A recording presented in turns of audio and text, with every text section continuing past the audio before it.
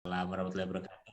Ya, saya bayangkan ini rekan-rekan sedang merespon semua karena kebetulan mungkin sedang di mute, jadi mungkin tidak terdengar suaranya. Ya, senang banget. Syukur alhamdulillah kita panjatkan kehadirat Allah Subhanahu Wa Taala karena atas segala limpahan rahmat karunia-Nya sehingga kita pada kesempatan sore hari ini bisa bertemu yang moga-moga masih dalam kondisi yang sehat ya rekan-rekan semua ya. Dan juga senang banget nih bisa berjumpa dengan rekan-rekan semua di sini, rekan-rekan pembelajar yang saya mau memberikan apresiasi luar biasa dulu karena di saat beberapa sahabat kita gitu ya atau rekan-rekan kita, keluarga kita mungkin sedang menikmati hari libur gitu ya, sedang bersama dengan keluarga jalan-jalan mungkin gitu ya. Tapi rekan-rekan yang hadir pada kesempatan sore hari ini ternyata bersedia untuk meluangkan waktu untuk menambah knowledge, menambah skillnya dan juga belajar kembali di dalam event Jadi Mimpin Online Webinar. Yang kali ini kita akan bahas tentang bagaimana menyusun program pendampingan untuk karyawan ya. Saya ucapkan selamat datang bagi rekan-rekan yang sudah hadir. Ini ada Pak Felix, ada Pak Octavianus Meida, ada Pak Jeffrey, ada Pak Dimas gitu ya. Ada Mbak Umi, ada Pak Abdi. Boleh dong bagi rekan-rekan yang saat ini nggak ada kendala sinyal, nggak ada kendala jaringan, boleh dinyalakan kameranya gitu ya, biar biar saya juga bisa ngelihat nih ya siapa aja yang sudah ready dan kebetulan juga bersemangat banget, antusias banget gitu untuk mengikuti sesi kita sore ini yang tentunya nanti akan berjalan dengan seru banget. Ya, sesi kita sore ini nggak akan saya bawakan sendirian aja, karena saya akan ditemani oleh sahabat saya yang juga nggak kalah kerennya, nggak kalah luar biasanya, yang nantinya juga akan berbagi kepada rekan-rekan semua di sore hari ini. Untuk itu, yuk kita langsung mulai aja sesinya gitu ya. Rekan-rekan, kita akan langsung mulai sesi kita sore ini ya. Mohon izin untuk saya akan sharekan sebuah file dulu ya. Moga-moga sudah tampak nih filenya. Iya, 1555. Untuk Sarkasar. Oke, sudah tampak ya rekan-rekan ya. Oke. Rekan-rekan, sore ini kita akan memulai pembelajaran kita yang seru banget ya, terutama karena memang topiknya akan membahas tentang pengembangan karyawan. Sesuatu yang kalau saya lihat nih, saya coba ulik-ulik gitu ya dari rekan-rekan yang sudah mendaftar di sore ini itu adalah sesuatu yang mungkin juga sering kali rekan-rekan lakukan dan bahkan mungkin sebagian dari rekan-rekan profesi utamanya adalah di team learning ya, yang mengembangkan karyawan. Nah, sore ini kita akan coba diskusi gitu ya lebih tepatnya karena di sini juga saya yakin juga ada rekan-rekan yang punya experience yang juga luar biasa yang nantinya harapnya bisa sharing untuk memperkaya materi kita. Sebelumnya izinkan saya memperkenalkan diri saya terlebih dahulu. Saya adalah Ivan Dana. Saya adalah seorang personal productivity coach yang biasanya memang banyak membantu individu di organisasi atau di perusahaan untuk meningkatkan produktivitas pekerjaannya. Ini beberapa sertifikasi saya adalah seorang praktisi NLP, saya seorang professional coach, saya juga praktisi HR ya, kayak CHRP dari Atmaju University, dan ini beberapa pengembangan yang program yang pernah saya deliver, yang pernah saya susun ke dalam beberapa organisasi. Yang memang sebagian besar yang saya tuliskan ini adalah program pengembangan yang nggak sekedar 1-2 hari workshop. Nah, saya harus bilang seperti itu ya. Kenapa? Karena memang kalau kita berbicara efektivitas suatu program pengembangan, training 1-2 hari itu jarang banget bisa mengubah karyawan. Nah, itu kenapa alasannya memang kebanyakan saya nanti juga dengan Mbak Riri memang banyak membantu individu di organisasi itu dalam rangka program panjang. Kenapa? Nanti kita akan bahas ya. Kenapa kok kita perlu kemudian program itu panjang? Kenapa nggak 1-2 kali aja gitu? Bisa 1-2 kali, tapi nanti ada term condition-nya. Dan itu juga kenapa alasannya kenapa akhirnya saya dan Mbak Riri akhirnya memutuskan untuk coba membagikan pengalaman kami di organisasi dalam rangka menyusun program pendampingan untuk pengembangan karyawan. Karena memang kalau pribadi merasa pengembangan karyawan itu nggak bisa dilakukan hanya 1-2 hari tiba-tiba karyawan berubah, berkembang gitu. Tapi butuh proses yang terstruktur, butuh struktur yang berdampak. Nah, nanti saya akan ditemani oleh sahabat saya, tapi nanti Mbak Ri akan memperkenalkan diri secara langsung gitu ya di sesi kedua nanti. Tapi ini adalah gambaran beliau. Sahabat saya juga nanti akan menemani pembelajaran rekan-rekan ya. Ada Mbak Irvianti Ura. Tapi nanti akan dikenali secara langsung oleh beliau biar makin seru ya. Oke, saya akan mulai dengan sebuah sebuah pertanyaan nih kepada rekan-rekan. Ini kok jadi masuk slide ya. Oke. Boleh dong rekan-rekan Hari ini kita akan bahas tentang bagaimana menyusun program pendampingan untuk pengembangan karyawan. Ini satu topik yang rekan-rekan juga sudah daftar ya pada saat rekan-rekan beli tiketnya gitu ya.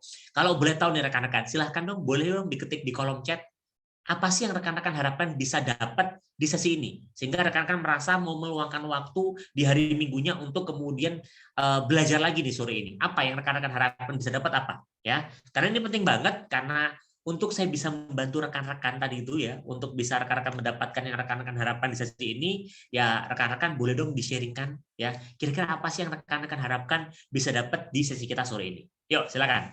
Ditunggu. Ketik di kolom chat aja gitu ya. Ketik di kolom chat apa sih yang rekan-rekan harapkan bisa dapat di sesi 1,5 jam sore ini. Yuk. Oke, mendapatkan referensi program pendampingan yang efektif. Oke. Pak Felix ya. Karena ini kalau saya bayangkan Pak Felix ini juga sudah sering sebenarnya bikin program pengembangan, tapi gimana ya kalau kita mau bikin program pendampingan itu apa yang perlu kita lakukan gitu ya. Oke, nanti kita akan bahas. Wah, ini Mbak Meida nih ya, saya ingin pivot karir ke HRD sementara background saya quality di manufacturing industry. Ya, jadi ingin masuk ke dunia HR gitu ya, yang mungkin di sini spesifiknya lebih people development, yang itu salah satu skill atau kemampuannya adalah tentang pengembangan karyawan ya, bagaimana mengembangkan karyawan. Nanti kita akan ulas sedikit, Mbak Meida ya. Pak Supriyana, pengembangan untuk karyawan tepat dan sesuai dengan yang dibutuhkan. Iya, nanti ini kita akan bahas. Ada alasannya kenapa kok kemudian saya dan Mbak Eri itu memutuskan untuk bikin judulnya bukan menyusun program pelatihan. Karena yang akan kita bahas kali ini itu lebih luas lagi, ya, lebih luas dari sekedar program pelatihan atau training karyawan. Makanya ada program pendampingan untuk pengembangan karyawan. Jadi lebih luas. Ada trainingnya, nggak mungkin nggak ada training, tapi nanti kita akan tarik lebih lagi, ya. Jadi kenapa? Ya karena yang lebih berdampak berdasarkan pengalaman saya dan Mbak Riri adalah program pendampingan. Program pelatihan itu efektivitasnya menurun. Nanti kita akan bahas. Mbak Umi, setelah karyawan melalui assessment center, penyusunan program pengembangannya yang seperti apa? Oh, ingin tahu ya. Jadi setelah di-assess karyawan, ada gap di sini, kompetensinya, kira-kira ngembanginnya gimana sih? Nah, biar berdampak, sehingga bisa meningkatkan gap kompetensinya. Ya, Mbak Umi, siap. Makasih Mbak Umi. Nah, ini ada Mas Lukman, program pendampingan karyawan yang dapat meningkatkan kompetensi karyawan dan memberikan dampak positif kepada perusahaan. Nah, ini menarik nih. Mas Lukman menyebutkan, ya saya maunya bikin program yang itu berdampak terhadap perusahaan. Jangan cuma yang penting dibikinlah training. Mungkin sebelum pandemi kita yang penting bikin pelatihan, oke. Tapi ketika sekarang pandemi ini menekan banyak industri, menekan banyak organisasi gitu ya, ya mau nggak mau organisasi berpikir gimana caranya saya melatih karyawan, meningkatkan skill karyawan, tapi berdampak ke performa. Dan memang itu terjawab satunya dengan bikin program pendampingan. Sip, terima kasih Mas Lukman. Nanti kita akan coba diskusi, moga-moga dapat yang diharapkan. Oh, Mbak Isma Yasari, benchmark dengan yang sudah dilakukan di kantor, silahkan. Berarti Mbak Isma nanti boleh sharing pengalaman di kantor. Kira-kira sudah bikin apa gitu ya nanti ya untuk kita diskusikan gimana. Siap? Mbak Yohana mendapatkan ilmu lebih banyak terkait dunia L&D karena saya newbie di L&D company. Oke, moga-moga nanti Mbak Yohana dapat insight gitu ya. Oke, ada Mas Gervando Putra ya menambah referensi terkait pengembangan efektif seperti apa. Oke. Ada Mas Octavianus menambah referensi, oh banyaknya menambah referensi ya. Ada Mbak Dwi Yuliani menambah ilmu terkait pengembangan karyawan karena masih baru di dunia HR. Oke. Thank you buat rekan-rekan yang sudah membagikan yang diharapkan. Kita beri waktu dong buat kita semua gitu ya. Thank you banyak. Senang banget nih dengan rekan-rekan mau berbagi dan saya jadi tahu nih rekan-rekan apa yang diharapkan. Moga-moga selama waktu 1,5 jam ke depan rekan-rekan bisa mendapatkan insight yang rekan-rekan harapkan tadi ya. Oke. Saya akan mulai dengan tadi slide yang sudah sempat saya buka tapi saya tutup lagi gitu ya. Saya mau coba share terkait esensi dari training and development ya. Jadi pelatihan dan pengembangan. Esensinya itu seperti apa sih? Saya yakin kalau kita berbicara definisi, banyak definisi. Apa sih training? Apa sih development? Saya nggak akan ngomongin istilah karena rekan-rekan di sini juga kalau saya lihat mayoritas juga sudah bergerak di industri people and development, learning and development. Tapi saya mau share esensinya ya. Sebenarnya esensi training and development itu kan simpel rekan-rekan. Gimana ada perubahan ya, perubahan dari kondisi saat ini menuju kondisi yang diharapkan. Itu doang rumusnya. Jadi ini kalau kita paham esensinya, gampang nanti evaluasinya. Contoh misalkan gini, Kalau kita mau mengevaluasi program saya ini, training saya ini, program pengembangan saya ini berdampak atau enggak, ya lihat aja. Ada perubahan enggak kondisi dulu dengan kondisi sekarang. Ini sederhananya. Jadi kalau kita berbicara esensi training development, kalau saya seringkali kemudian menyampaikan ada perubahan dari present state, kondisi saat ini, dengan DS atau desired state, kondisi yang diharapkan. Nah, untuk mencapai perubahan itu ada namanya intervensi. Biasanya intervensinya itu kita buat program yang meningkatkan knowledge dia, skill dia, dan juga attitude dia, ya. Atau kalau pakai bahasa istilah lainnya, kemampuan dia meningkat, kemauan dia pun meningkat. Ya, jadi kemampuan dia meningkat, kemampuan dia meningkat. Jadi dia kemampuannya meningkat karena knowledge dan skill-nya kita kembangkan, kemauannya dia pun meningkat karena attitude-nya juga kita kembangkan. Jadi ini adalah esensi dari training and development. Sekarang saya tanya kira-kira rekan-rekan. Karena rekan-rekan di sini kan tadi mayoritas juga sudah bergerak di HR, people and development, ada beberapa yang mau pivot tapi mayoritas sudah bergerak di people and development.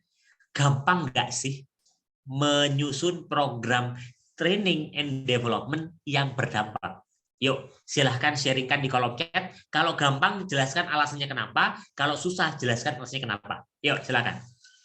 Kalau pakai esensi tadi ya, ada perubahan perilaku, ada perubahan performa dari kondisi dulu dengan kondisi sekarang setelah kita kembangkan. Kira-kira gampang atau susah? Silahkan ketik di kolom chat. Nggak ada jawaban benar salah, menurut teman-teman aja. Berdasarkan pengalaman teman-teman sekarang menyusun dan membuat program pengembangan atau pelatihan. Yuk, silakan, ditunggu. Gampang atau susah? Untuk memastikan program training and development yang kita buat itu bisa benar-benar membuat peserta itu mencapai kondisi yang diharapkan. Gampang-gampang susah katanya Mbak Rita ya. Karena setiap individu sifatnya berbeda-beda. Ada yang disuruh dikembangkan, dikasih training langsung mau berubah gitu ya. Ada yang dikasih training, wah lah susahnya setengah mati. Pak dia nggak mau ngikutin gitu ya. Oke, sifatnya berbeda-beda. Noted Mbak Rita. Oke. Susah karena sejauh ini di tempat kami belum ada pemantauan yang komprehensif secara berkala. Kalau kita sekedar bikin program intervensi mungkin bisa, tapi apakah terpantau programnya itu? Ya, jadi itu yang seringkali bikin susah menurut Mbak Isma ya. Menurut Mbak Isma ya. Mbak Meida, menurut saya gak gampang Pak karena merubah perilaku butuh waktu dan konsistensi sehingga butuh parameter yang mewakili. Iya Mbak Meida, terima kasih Mbak Meida ya. Jadi butuh waktu dan konsistensi. Nah ini nih keywordnya.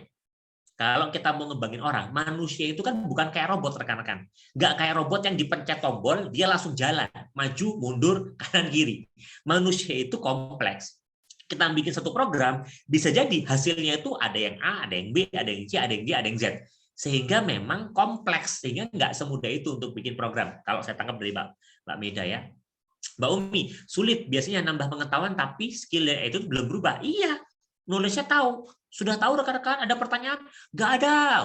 Biar trainingnya segera selesai. Begitu selesai training, ya dia kembali doang. Kenapa? Karena yang mengubah performa karyawan adalah skill dan attitude. Kalau sekedar knowledge, ya belum tuh orang itu akan berubah. Ya, makasih Mbak Umi. Tergantung kesiapan organisasi. Oh ya Pak Felix, ini berarti Pak Felix sudah siap nih organisasinya ya. Jadi tergantung Pak. Kalau saya mah organisasi sudah siap, jadi lancar, gampang. Nah, Mas Rizky, gampang kalau employee centric, susah kalau LED centric. Tantangannya gimana caranya supaya LED employee centric? Iya, gampang kalau employee centric. Jadi kalau LED centric kita yang penting bikinlah, yang penting bikin program, bikin project. Nah, itu jadinya susah ya. Oke, siap. Oke, sekarang kita Mas Lukman. Susah. Ini kalau saya lihat susah semua ya, kebanyakan mayoritas susah ya. Ada yang bilang susah gampang, tapi kebanyakan bilang kompleks prosesnya ya. Sekarang saya mau coba terima kasih buat rekan-rekan yang sudah sharing. Saya mau coba share sebuah informasi. Kenapa sih kok kemudian pelatihan itu seringkali disebutnya kompleks? Karena ternyata variabelnya banyak rekan-rekan. Variabelnya banyak.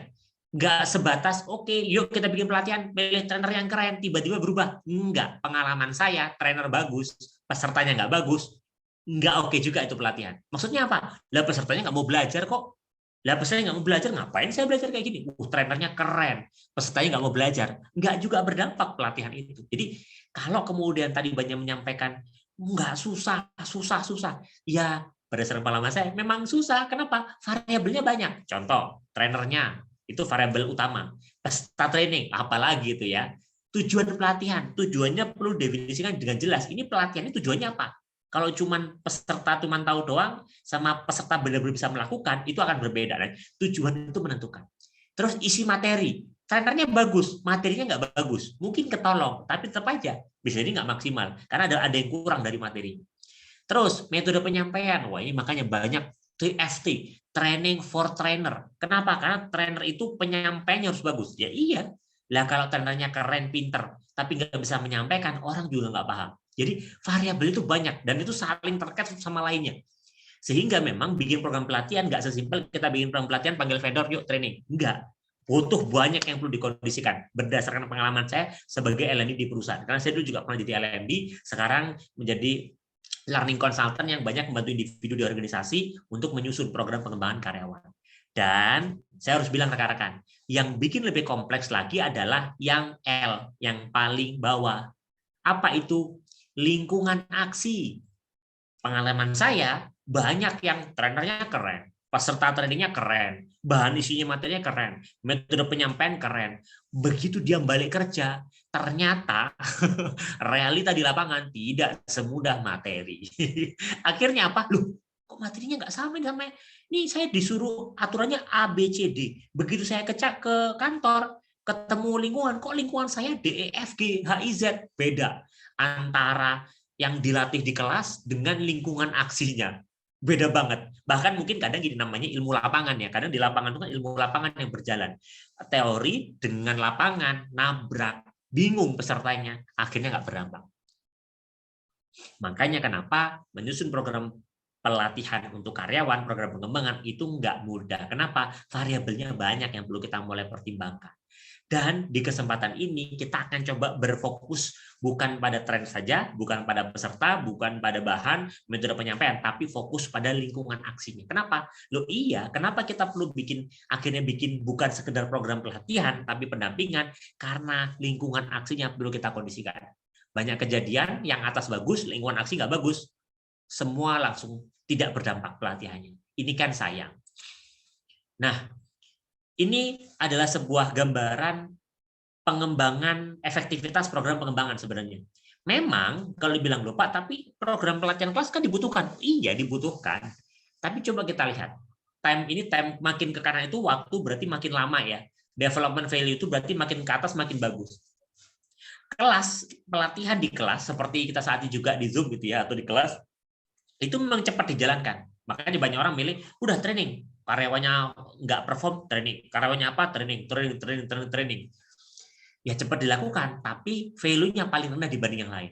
Kalau mau value-nya agak lebih gede lagi, ada namanya 360 derajat feedback dan coaching. Kita lakukan program coaching kepada tim kita, itu lebih berdampak. Tapi tetap aja, itu masih ada lagi yang lebih berdampak. Apa itu? Namanya project assignment. Nah, project assignment itu waktunya memang agak lama bikinnya, tapi value-nya gede. Dan yang keempat adalah development assignment. Jadi development assignment ini benar-benar dia di assign untuk dia itu mengerjakan posisi tertentu untuk dia dikembangkan di sana. Ini yang paling gede value-nya. Jadi ini adalah metode-metode yang sering kali dijalankan dan ini kita lihat dari segi efektivitasnya. Jadi memang kelas pelatihan itu memang hanya part kecil saja. Makanya kenapa lagi-lagi program pendampingan itu menjadi penting karena program yang atasnya ini program yang itu nggak bisa dilakukan 1-2 kali pertemuan, perlu beberapa kali pertemuan yang konsisten. Nah, yang saya jelaskan tadi itu kalau rekan-rekan tahu ada konsepnya. Konsepnya mungkin rekan-rekan pernah tahu yang namanya konsep 10 20 70 ya.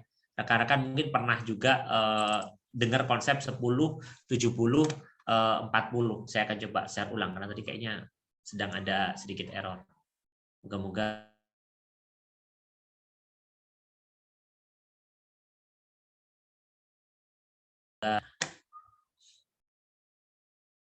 ya, moga-moga suara saya sudah mulai terdengar ya. Oke, sebentar. Karena tadi tiba-tiba agak loading.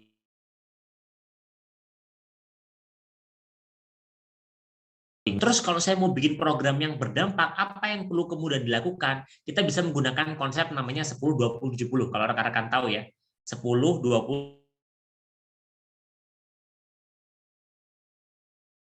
mentoring coaching, 70%-nya itu adalah program experience. Dia merasakan experience langsung di lapangan. Sebentar, mohon izin karena sepertinya sedang ada sedikit error di Zoom-nya. Jadi saya mau izin manual seperti ini saja kalau gitu. Nah, buka-buka udah tampak ya. Oke. Nah, ini adalah yang tadi kita bahas. Nah,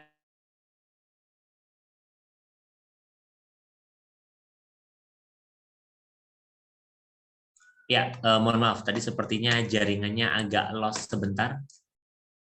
Karena sekarang di tempat saya sedang hujan ya. Jadi kalau tadi sempat sekarang akhir-akhir ini lagi ada angin, nah, di tempat saya itu angin dan hujan. Jadi memang agak sedikit lebih ngeri. Oke, moga-moga sekarang sudah muncul ya rekan-rekan ya. Oke, nah ini adalah yang kemudian makanya konsep 10-20-70 ini kemudian menjadi banyak digunakan di organisasi.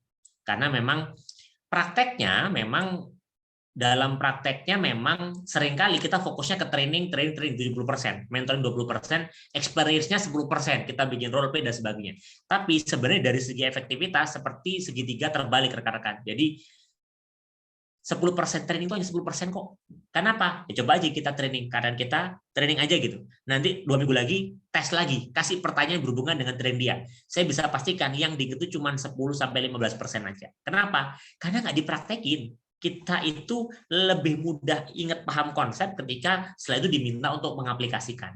Tapi mengaplikasikannya nggak bisa asal, butuh ada mentor dan coach. Makanya di sini menggunakan efektif metodenya 10-70 ini adalah 10% training, 20% mentoring, 70%-nya itu menggunakan experience. Ini yang kemudian menjadi penting untuk kemudian kita perhatikan. Seperti apa sih itu maksudnya? Nah, ini 10% itu ya self development, dikasih pre-learning, dikasih training, dikasih program, dimasukin certification, browsing itu 10%.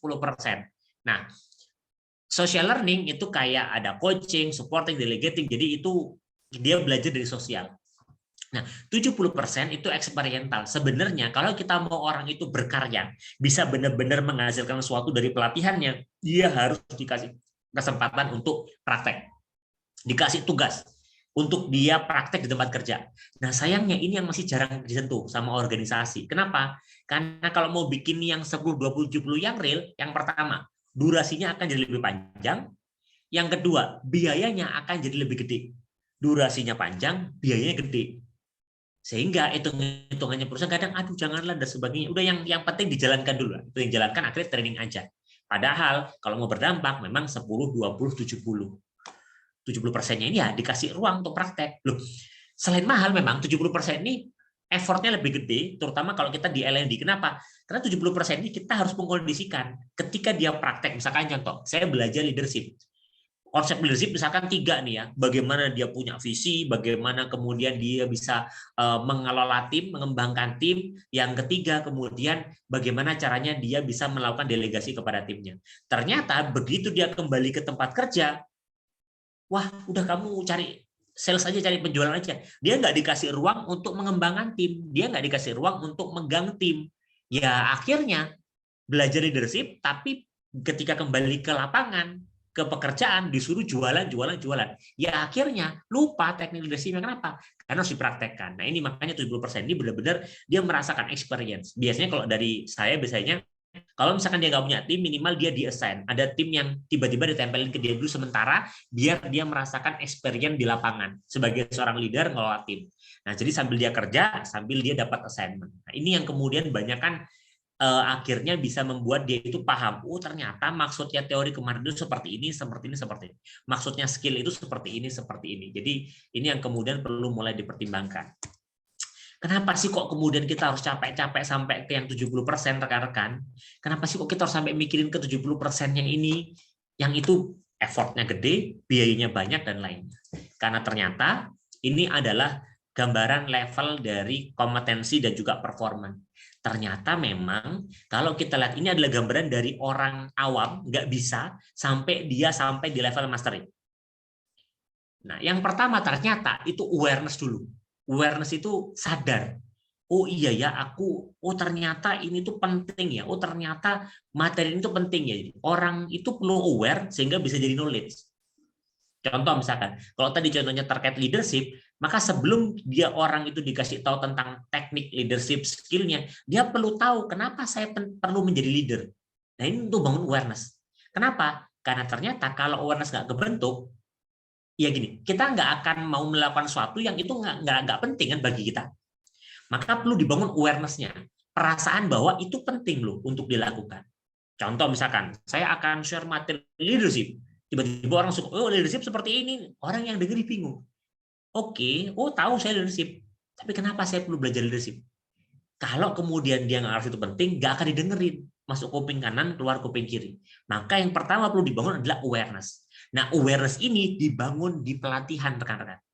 Jadi bagi yang ngerasa pelatihan itu banyakkan skill, nah nanti kita akan bahas.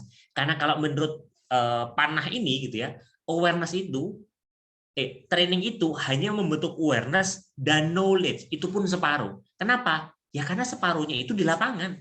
Kita berbicara teknik, bagaimana memberikan service yang excellent buat customer kita. Ya knowledge-nya kita tahu, tapi penerapannya, prakteknya di lapangan, knowledge dasarnya mungkin tahu, tapi ketika kemudian interaksi dengan customer yang real, ngadepin customer A, B, C, dan sebagainya, ini kan knowledge baru yang nggak ada di kelas mungkin ketika itu. Karena kompleks manusia kan.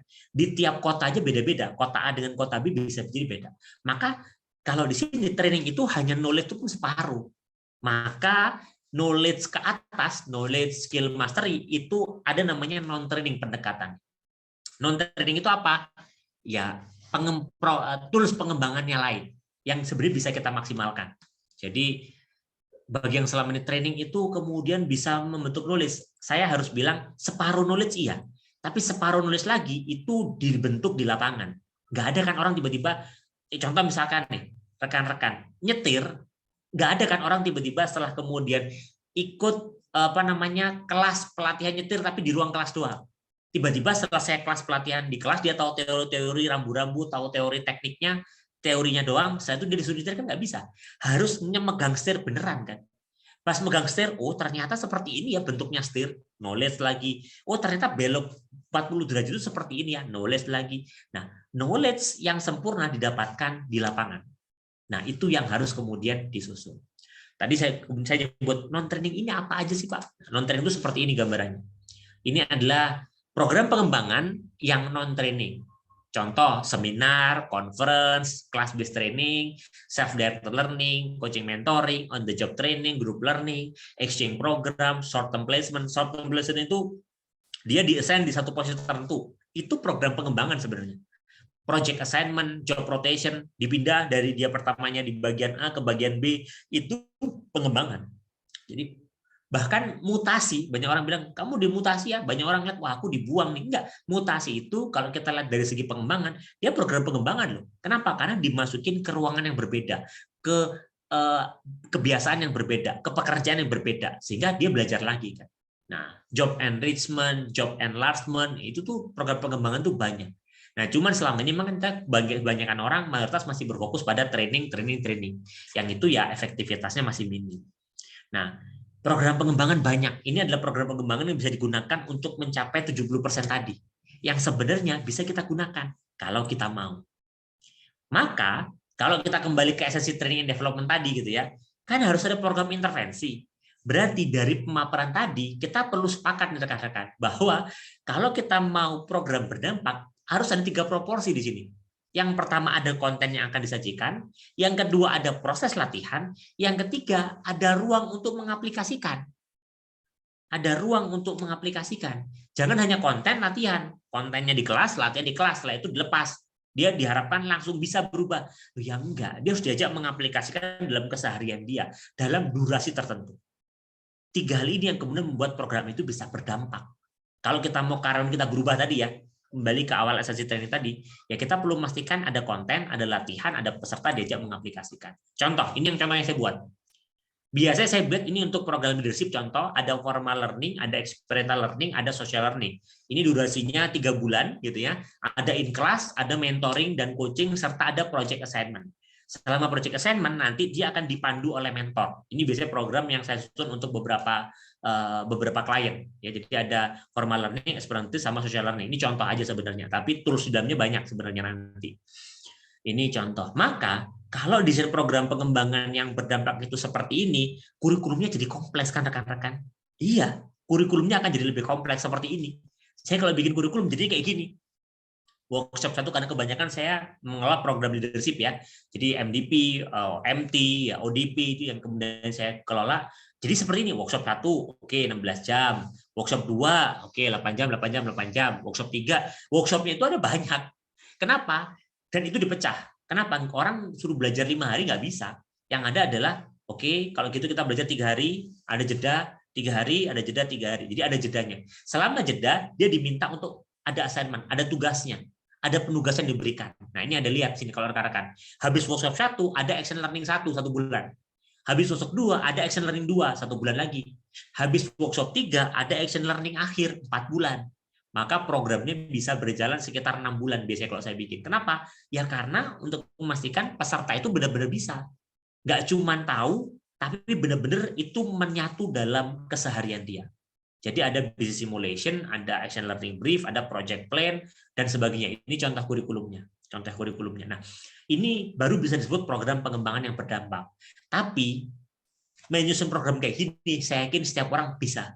Yang sulit di sini adalah memonitornya, mengontrolnya. Karena ini sungguh keren nih, begitu implementasi challenging. Maka sejak awal biasanya dibikin evaluasinya dulu. Oke, dievaluasi nanti ini dari self learning-nya evaluasi gimana? Dari segi training evaluasi gimana? Dari assignment dia itu apa evaluasinya? Nah, setelah sudah kelihatan nih desainnya seperti ini, nanti akan dievaluasi seperti ini. Bagaimana kita mendampinginya? Itu kemudian menjadi penting. Karena kalau saya sering kali bilang, kita nggak akan bisa mengukur sesuatu berdampak atau enggak kalau nggak tercatat dan termonitor.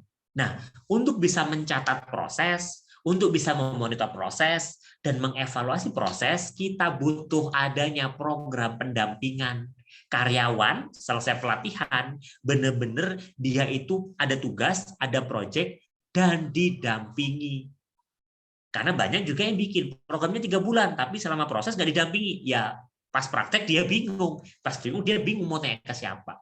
Maka kalau kita mau bikin program yang berdampak, yang pertama tadi itu experience-nya kita mainkan, yang kedua harus ada program pendampingan istilahnya. Dan untuk program pendampingan ini nantinya rekan-rekan akan dipandu oleh sahabat saya. Ya, rekan saya nanti akan memandu rekan-rekan di sesi kedua ini gitu ya, setengah jam ke depan untuk membahas gimana ya caranya kalau saya itu mau bikin program pendampingan buat karyawan saya. Saya sudah bikin program panjang nih MDP, MT, ODP. Gimana caranya untuk menyusun program pendampingan? Saya langsung panggilkan ya rekan saya Mbak Irviantiura. Kita beri tepuk dong buat Mbak Irviantiura. Silakan Mbak Riri. Oke, terima kasih Ivan. Assalamualaikum warahmatullahi wabarakatuh. Terima kasih banyak. Ini sore-sore ternyata lumayan banyak pesertanya ya, Van. Ada 37 orang yang hadir di dalam Zoom ini. Waktunya hari Minggu bersama keluarga, tetapi sahabat-sahabat pembelajar yang saya rasa juga pengalamannya di dunianya LND, di dunia training, di dunia korporasi juga sangat luar biasa. Kalau melihat dari nama-namanya ini ada beberapa yang terlihat di sosial media ya, Van ya, ada beberapa yang kita kenal gitu ya, kayak Mbak Umi udah sering banget membuat program berdasarkan assessment center dan lain sebagainya gitu ya. Kalau dari pertanyaan-pertanyaan tadi atau chatnya Pak Lukman, Pak Felix, saya tahu sahabat-sahabat pembelajar di sini juga tentunya punya pengalaman yang sangat luar biasa gitu. Terima kasih banyak sudah mau sharing bersama-sama kami, karena sebenarnya narasumber ini bukan kita berdua ya, Van, karena memang niatnya kita adalah sharing, kita sama-sama belajar, kita sama-sama bisa mendapatkan sesuatu atau dampak di sore hari ini, dan mudah-mudahan sahabat-sahabat semua diberikan kesehatan dan mendapatkan sesuatu untuk secara personal maupun secara profesionalnya sahabat-sahabat semua. Dan saya izin share screen dulu. Sudah terlihat, Kak Van? Sudah terlihat? Aman ya? Oke, sip. Oke, seperti yang tadi sudah disampaikan sama Ivan di awal bahwa selama ini program-program development itu di setiap korporasi, di setiap perusahaan-perusahaan tentunya di-develop dengan baik. Karena masing-masing individu juga punya individual development program, terutama perusahaan-perusahaan yang memang sudah memiliki kamus kompetensi dan lain sebagainya, itu biasanya di awal tahun sudah membuatkan program yang secara terstruktur. Nah, tetapi sayangnya adalah memang ada beberapa yang programnya tidak berjalan dengan baik karena kurangnya evaluasi dan monitoring. Untuk pembuatan program sebenarnya kita sudah pernah diskusi ya, Van, kalau nggak salah di bulan kemarin ya, untuk penyusunan program, dan waktu itu kita memberikan contoh leadership development program. Sebenarnya bisa dipakai untuk program apapun juga gitu teman-teman. Dan kalau hari ini kita khusus untuk berbicara tentang penyusunan program pendampingan saja. Tadi sudah diperkenalkan nama Ivan, nama saya Irvianti Yura. Sahabat-sahabat pembelajar boleh panggil Riri, boleh panggil Irvi, boleh panggil siapa aja gitu ya. Saya biasanya membantu individu, baik secara personal maupun secara profesional di corporate, untuk menciptakan kebahagiaan agar produktivitasnya meningkat. Kenapa saya konsen sama kebahagiaan seseorang di corporate juga, ini sebenarnya bukan hanya di corporate atau di personal gitu ya, karena memang pada saat seseorang berbahagia, produktivitasnya meningkat. Dan pada saat produktivitasnya meningkat, kita berharap bahwa itu juga akan berdampak kepada perusahaannya, berdampak kepada orang-orang yang dikasihinya, dan juga punya dampak yang luar biasa kepada dirinya sendiri. Nah, sahabat-sahabat, outcome hari ini, karena memang ini bentuknya sharing, waktu kita singkat 30 menit. Harapannya adalah sahabat pembelajar semua bisa memahami pentingnya menyusun program pendampingan untuk pengembangan karyawan. Kita juga ada program pendampingan ya sebenarnya ya, Van. Jadi kalau nanti ada sahabat-sahabat yang butuh diskusi, butuh berinteraksi lagi, butuh untuk kita sama-sama saling sharing gitu ya, kita bisa dihubungi di Instagram Ivan, di Instagram Riri, boleh juga di Instagramnya Jadi Pemimpin. Jadi sahabat-sahabat boleh mention kami, boleh DM kami gitu ya. Kalau butuh diskusi yang lebih lanjut, kita akan diskusi. Kita menyediakan diri untuk diskusi.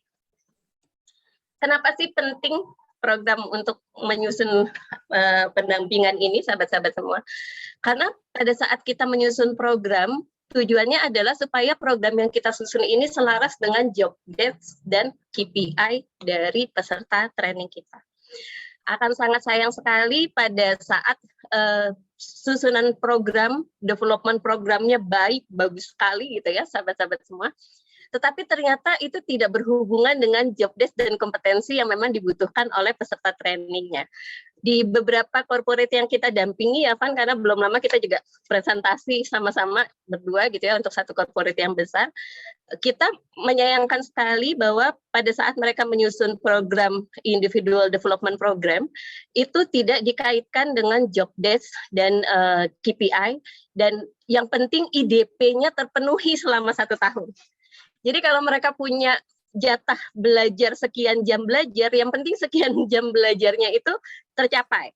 Tetapi tidak diukur akhirnya behavior-nya mereka, perilakunya mereka, dan dampaknya terhadap pembelajarannya mereka itu tidak diukur sama sekali. Itu sangat sayang banget. Nah, pada saat programnya ini selaras, tentunya akan meningkatkan kompetensi untuk peserta training kita. Dan kalau kompetensinya meningkat secara personal, di program pendampingan ini kita juga akan membuatnya dalam bentuk grup-grup kecil, otomatis mereka akan punya satu tim yang akan bisa dibangun secara bersama-sama. Performa pribadinya meningkat, performa tim meningkat, dan ujung-ujungnya bisnis impact-nya meningkat. Karena nih, tadi di awal sempat Ivan tanya di chat nih, Ivan, kalau nggak salah dari Pak Lukman, kompetensinya meningkat dan dampaknya untuk perusahaan, dampak positif untuk perusahaan. Mungkin salah satu dampak positif yang bisa kita berikan kepada perusahaan adalah semua yang kita lakukan dalam program development ini bisa meningkatkan business impact gitu ya, bisa mendapatkan peningkatan bisnis di dalam perusahaan sahabat-sahabat semua. Dan yang terpenting adalah tadi di akhir Ivan juga mention bahwa monitoring dan evaluasi ini sangat penting.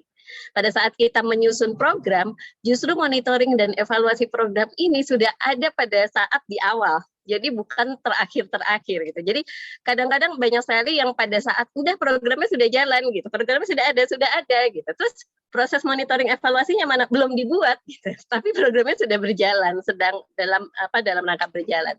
Padahal justru pada saat kita menyusun monitoring evaluasi ini, kita akan membuat indikator-indikator pencapaian di setiap outcome-nya. Justru itu yang sebenarnya akan kita ukur. Nah, saya mau tanya dulu untuk sahabat-sahabat semua yang ada di ruang chat ini, seberapa penting sih menurut sahabat-sahabat penyusunan program pendampingan development karyawan ini di perusahaan? Boleh dong di chat dari skala 1 sampai 10?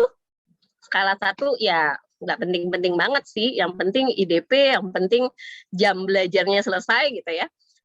Kalau skala 10, penyusunan program ini, terutama program yang berdampak ini, sangat penting. Yuk, boleh dong di chat. Coba. Wah, belum lihat chatnya sudah langsung muncul ini barengan ternyata. Terima kasih Kak Rita, ini Pak Lukman, Pak 10 semua loh, Van. Bahkan ada yang 11 Kak Jeffrey. Padahal skalanya skala 0 sampai 10 ya Kak Jeffrey, ternyata ada yang sampai 11, Kak Agung 9, 10. Oke. Di atas 9, mayoritas menjawab 9, 10, yang terbanyak adalah 10.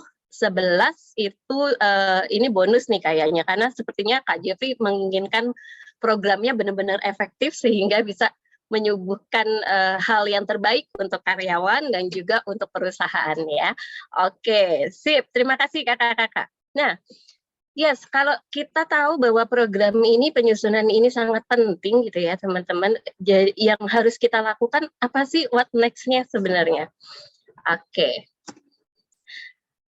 Sahabat-sahabat pembelajar, dalam menyusun program pendampingan untuk pengembangan karyawan ini, sebenarnya yang kita susun adalah program pengembangan yang secara komprehensif, berkesinambungan, saling terkait, ada keselarasannya dengan kompetensi dan value perusahaan.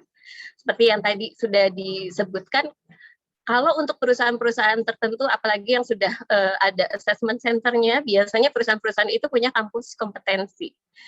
Dengan adanya kamus kompetensi ini sebenarnya memudahkan kita untuk membuat program development, apalagi kalau tadi harapan Mbak Umi, kalau nggak salah saya bacakan ya, assessment center, dari assessment center untuk melakukan penyusunan program pengembangan ya Mbak Umi ya, tadi pertanyaannya. Ya, sering sekali perusahaan-perusahaan melakukan assessment center, banyak karyawan di akhir tahun gitu ya.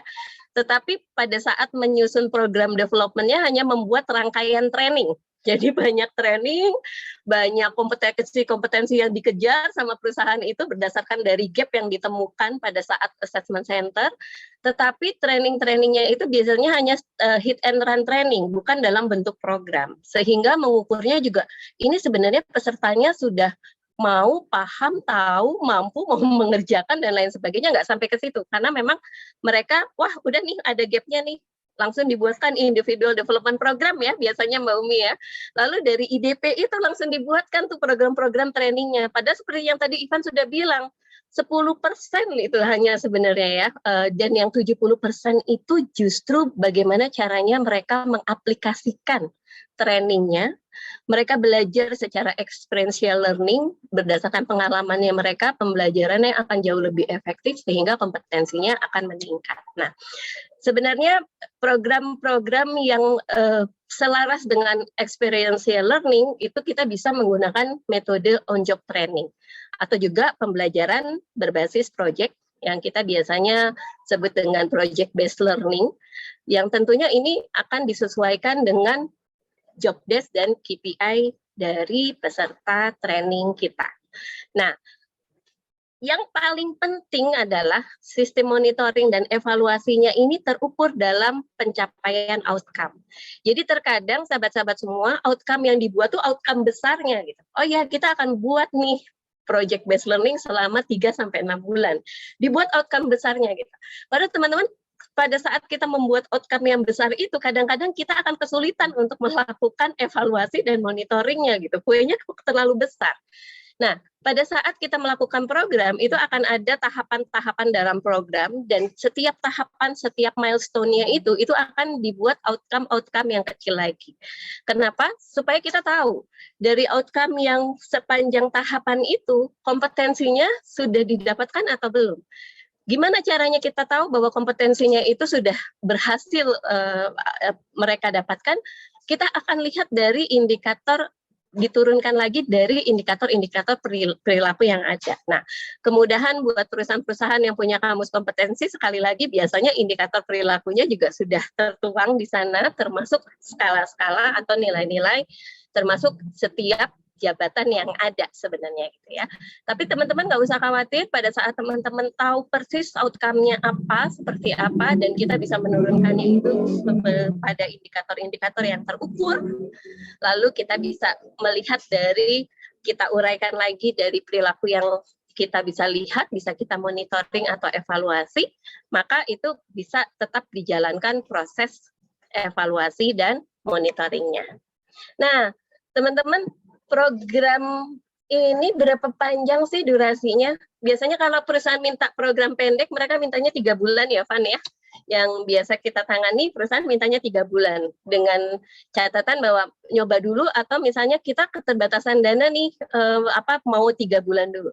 Padahal sebenarnya sahabat-sahabat semua, kadang-kadang tidak perlu untuk meng-hire provider atau eksternal sepanjang bulan yang panjang gitu ya, kecuali memang ada budgetingnya.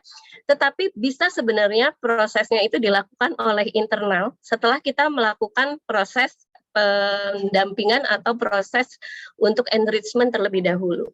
Nah, biasanya program pendampingan ini jangka pendeknya 3-6 bulan, sahabat-sahabat semua, supaya kita bisa lihat sampai paling tidak level 3 sampai business impact-nya gitu ya.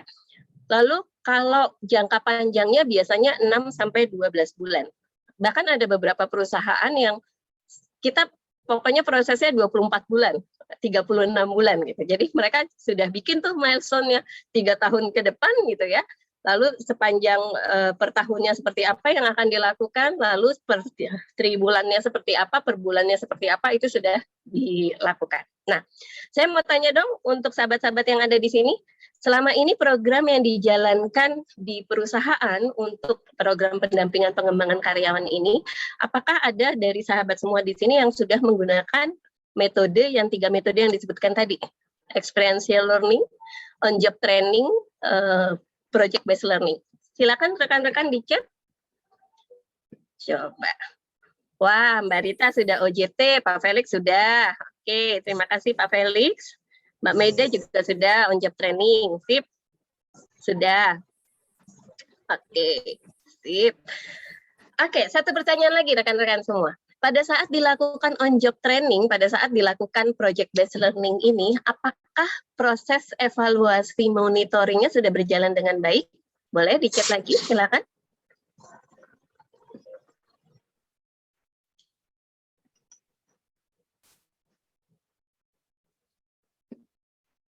Oke, bagaimana dengan proses evaluasi dan monitoringnya? Ada yang sudah, ada yang belum. Terima kasih Pak Felix. Terkendala di kandidat yang tidak konsisten, yes, kalau mereka ownership-nya nggak ada, biasanya agak susah ya, Mbak Rita. Oke, kita tunggu jawabannya sebentar lagi.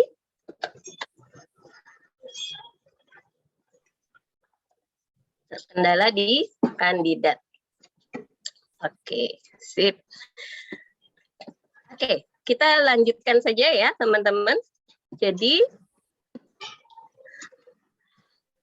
prinsipnya sebenarnya adalah penyusunan program pendampingan karyawan ini, kita punya dudukan bahwa kalau kompetensinya meningkat, KPI-nya akan tercapai.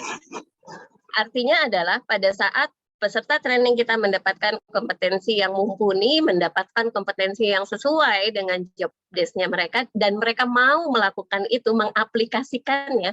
Karena tadi sudah di depan Ivan udah bilang, trainingnya masa bisa sih langsung jago, langsung bisa mengaplikasikan, langsung terbiasa dengan program yang sudah kita ajarkan gitu ya.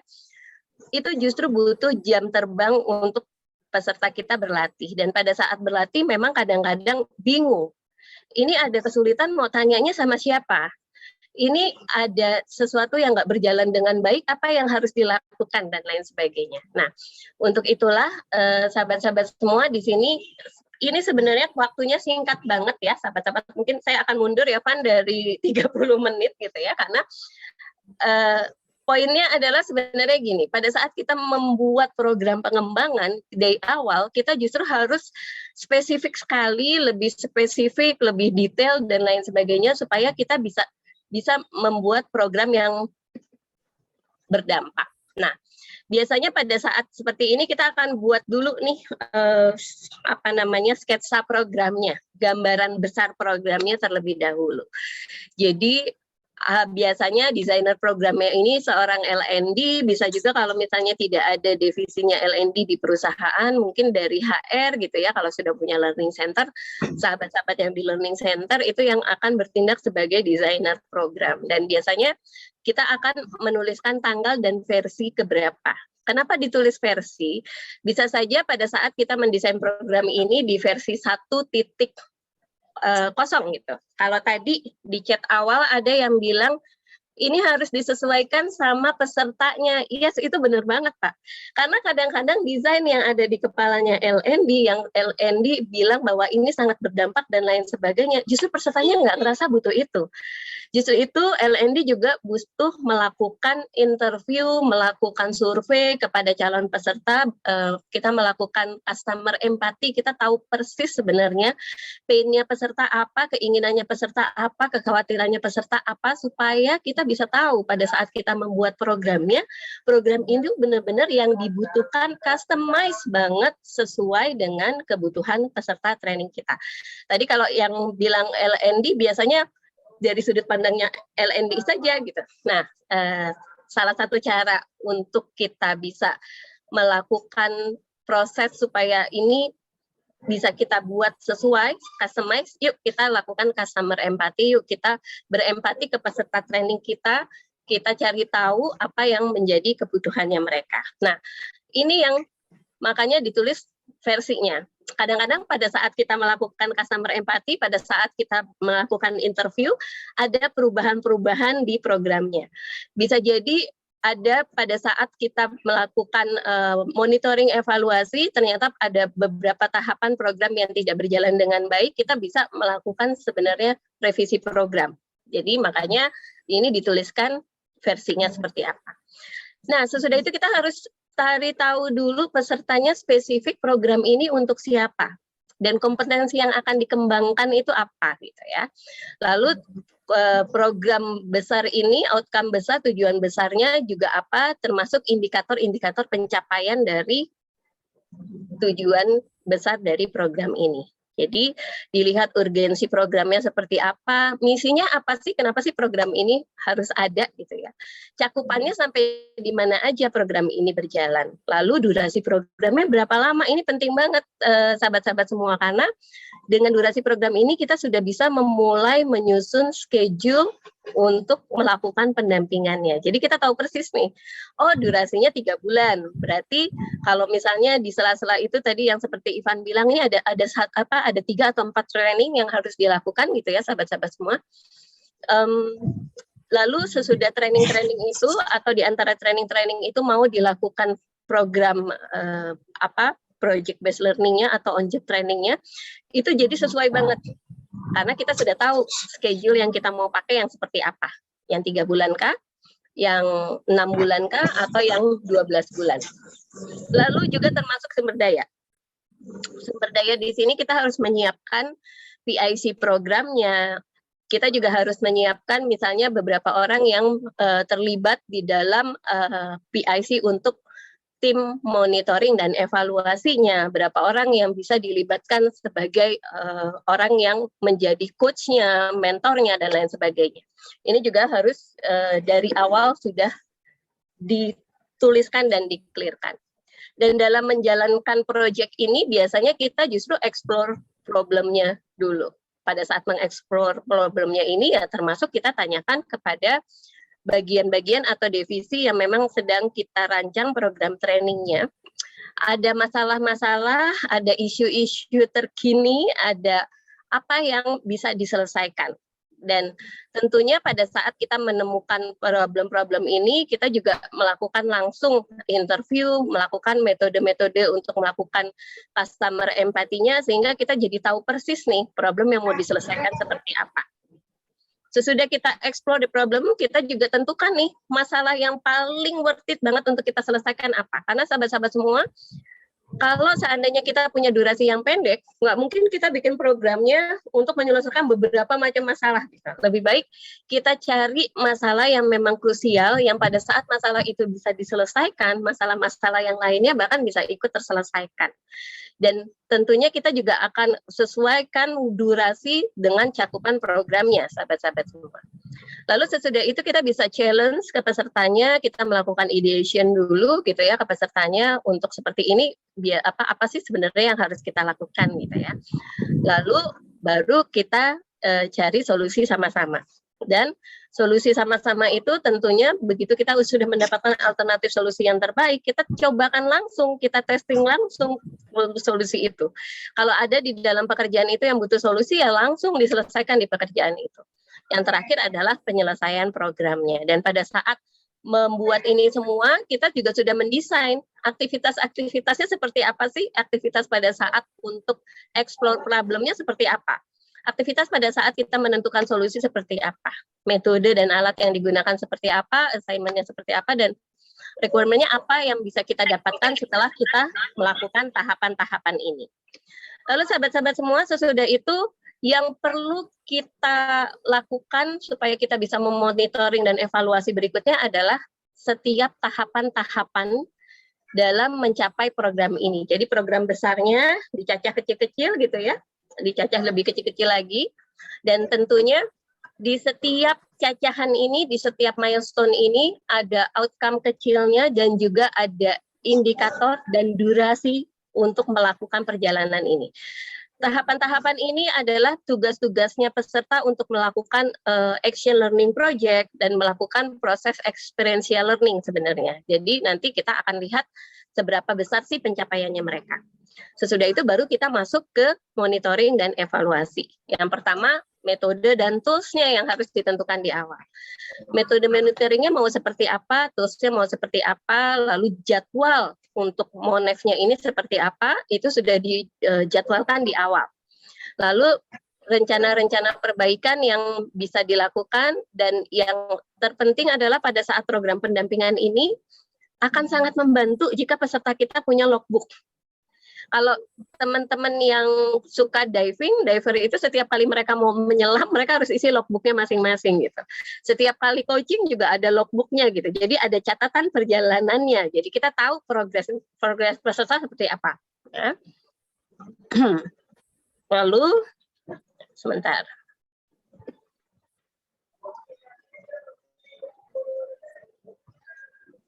Oke. Lalu berikutnya, yang tidak kalah penting adalah kemampuan oleh PIC programnya, PIC monitoringnya ini. Mereka juga harus tahu bagaimana untuk cara menyajikan laporannya sehingga kita bisa tahu perkembangan peserta kita. Yang terakhir, ini penanggung jawabnya. PIC atau tim monitoringnya ini, tim evaluasi harus ditentukan dari awal. Dan biasanya teman-teman yang bisa dilibatkan adalah atasan satu tingkat di atas peserta, satu jabatan di atas peserta. Namun perlu kita juga tahu gitu ya, kompetensi dari tim Monef ini, tim untuk melakukan monitoring dan evaluasi ini. Apakah mereka membutuhkan membutuhkan kompetensi untuk sebagai leader, sebagai seorang mentor, seorang feedback communication skill dan feedbacknya harus butuh kompetensi yang ditingkatkan, itu juga perlu kita ketahui supaya sebelum program ini berjalan, tim monitoring dan evaluasinya ini juga sudah dipersiapkan sejalan dengan program yang akan berjalan. Nah, kalau programnya mau menggunakan misalnya menggunakan metodenya agile, ya berarti tim monitoringnya juga harus tahu persis tentang agile development, tentang prinsip dasar agile, tentang agile execution, dan lain sebagainya, sahabat-sahabat. Nah, kalau sesudah dari sini,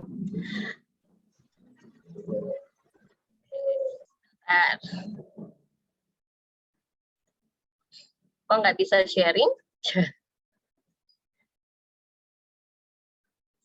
Belum dijadikan co-host, Van? Oke, sip. Tiba-tiba dia berubah. Oke. Sip. Tadi kalau sampai di sini, sahabat-sahabat semua, nanti mungkin kita akan diskusi ya di akhir berdua Ivan, apa yang perlu kita diskusikan. Nah, sahabat-sahabat, untuk project based learning ini atau project experiential learning, active learning yang kita sajikan kepada peserta kita, yang memberikan kesempatan kepada peserta training kita untuk berlatih, ini yang terpenting adalah di awal kita menentukan kompetensi-kompetensi yang diperlukan, termasuk diturunkan perilaku apa yang ditunjukkan pada saat mereka sudah meningkat kompetensinya. Lalu sasaran pembelajarannya seperti apa? Project problemnya juga yang sudah ditentukan seperti apa, sehingga kita bisa urai knowledge, skill yang akan kita latihkan kepada mereka, materi-materi apa yang akan kita latihkan. Hasil akhirnya yaitu bukan hanya sekedar pemahaman, tetapi sudah mereka lakukan di dalam proses sahabat-sahabat atau proses dari peserta training kita di dalam pekerjaannya. Nah, metode penilaian kompetensinya ini juga bisa dengan menggunakan 360 derajat, sahabat-sahabat semua. Jadi kita juga bisa menilai bukan hanya mengobservasi atau kita mendampingi pesertanya kita gitu ya. Tapi kita juga bisa nilai dari rekan kerjanya mereka, dari peers-nya mereka, kita juga bisa nilai dari customer mereka, apalagi kalau memang proyek yang dilakukan itu melibatkan customer baik internal maupun eksternal dari perusahaan. Lalu kita juga bisa melibatkan atasan langsung dan lain sebagainya. Ya. Nah, sahabat-sahabat semua, ini gambaran apa aja sih sebenarnya di logbook yang dibutuhkan gitu ya, sahabat-sahabat semua. Ini gambaran yang paling simpel banget, karena sebenarnya pada saat kita membuat logbook, itu memang harus disesuaikan dengan program yang kita buat, dengan proyek yang kita buat. Customize banget logbook ini sebenarnya. Tetapi paling tidak, sahabat-sahabat semua, yang harus tertuang di sini adalah gambaran besar programnya seperti apa, setelah dibuat tahapan-tahapannya seperti apa, indikator tahapannya seperti apa, durasinya apa, dan pencapaiannya ini seperti apa. Pencapaian yang didapatkan oleh peserta training kita sesuai dengan durasi yang sudah ditentukan. Dan tentunya juga di logbook ini berisi catatan-catatan tentang coaching, mentoring, catatan pendampingan, termasuk juga feedback-feedback yang diberikan oleh mentor dan coach-nya, dan juga iterasi-iterasi atau perbaikan apa sih yang harus dilakukan. Dan yang terakhir tentunya next step-nya seperti apa yang akan dilakukan oleh peserta training. Sehingga kita jadi bisa tahu selama sepanjang program itu, kita nggak baru sampai ujung, oh outcome-nya nggak tercapai. Tapi dalam setiapan milestone itu kita tahu, oh ini programnya terkendala. Terkendalanya karena apa? Apa yang sudah efektif dari mereka selama ini? Apa yang belum efektif? Apa yang harus diperbaiki segera untuk ini gitu ya. Jadi kita jadi bisa tahu per step-nya indikator-indikator yang sudah ditetapkan ini tercapai atau tidak. Lalu di dalam logbook ini yang terpenting adalah di awal jadwal keseluruhan program itu sudah ada, termasuk jadwal waktunya coaching, waktunya mentoring, waktunya mereka menyelesaikan action deadline-nya untuk mengerjakan action learning project-nya dan lain sebagainya. Dan tentunya tanggal tanda tangan di dalam logbook ini dari mentor dan coach-nya itu juga sangat diperlukan. Karena ini juga akan terkait nanti dari laporan yang akan dibuat oleh PIC, sehingga laporan itu bisa terlihat progres yang bisa didapatkan. Nah, sahabat-sahabat semua, demikian sharingnya sore hari ini. Mohon maaf waktunya agak geser sedikit gitu ya. Tetapi intinya sahabat-sahabat, pada saat sahabat-sahabat membuat program yang berdampak, seberdampak-berdampaknya program, sebagus-bagusnya program, kalau itu tidak dilakukan secara berkesinambungan, tidak dilakukan dengan evaluasi dan monitoring yang terukur, itu akan menyulitkan kita untuk melihat sebanyak apa atau pencapaian dari proyek yang dilakukan. Terima kasih. Wabillahi taufiq wal hidayah. Wassalamualaikum warahmatullahi wabarakatuh. Waalaikumsalam warahmatullahi wabarakatuh. Oke, kita beri tepuk dulu dong rekan-rekan untuk Mbak Riri yang sudah menyampaikan insight-nya gitu ya, cap-nya bagaimana sih kita menyusun program pendampingan ya. Tadi juga sudah ada kanvasnya yang moga-moga memberikan visual kepada kita, oh ternyata ini yang perlu dipersiapkan ya. Dan bahkan selama proyek berjalan, kita juga harus berproses. Jadi bukan kita kayak ngasih tugas ke peserta, peserta jalankan, kerjakan PR-nya, tapi kita juga berproses. Ketika ngeliat ternyata dari tengah-tengah peserta itu nggak berdampak atau nggak ada perubahan, ya kita lakukan penyesuaian dari programnya. Gitu ya Mbak Ribet ya? Intinya, oke. Ya. Sip, rekan-rekan, sekarang kita ada waktu sekitar 15 menit gitu ya, 15 menit kita bisa gunakan untuk sesi tanya jawab. Silakan bagi rekan-rekan yang ingin bertanya, pingin dapat jawaban, pingin dapat tanggapan atau apapun itu silahkan sampaikan, boleh di kolom chat ataupun raise hand. Nanti kita akan bantu untuk berikan kesempatan untuk menyampaikan pertanyaannya secara langsung. Nah, ini langsung Mas Felix langsung sudah mau bertanya. Silakan Mas Felix disampaikan. Baik ya, selamat sore. Suara saya terdengar? Terdengar, Mas Felix, jelas. Ya, saya Felix, saya dari Kalbi Nutritional Learning Center. Nah, saya tertarik nih terkait dengan program pendampingan karena memang dari pengalaman saya juga program pelatihan yang disertai dengan pendampingan, misalnya ada coaching mentoring itu success rate-nya lebih besar untuk project assignment-nya. Gitu. Nah, karena itu tadi dari pemaparan saya ada dua pertanyaan. Yang pertama adalah ketika di tahap kanvas itu ada disebutkan piloting ya. Nah, mungkin bisa digambarin seperti apa sih Bu Yura terkait dengan piloting-nya gitu. Apakah dites dulu ke ke calon peserta gitu atau seperti apa?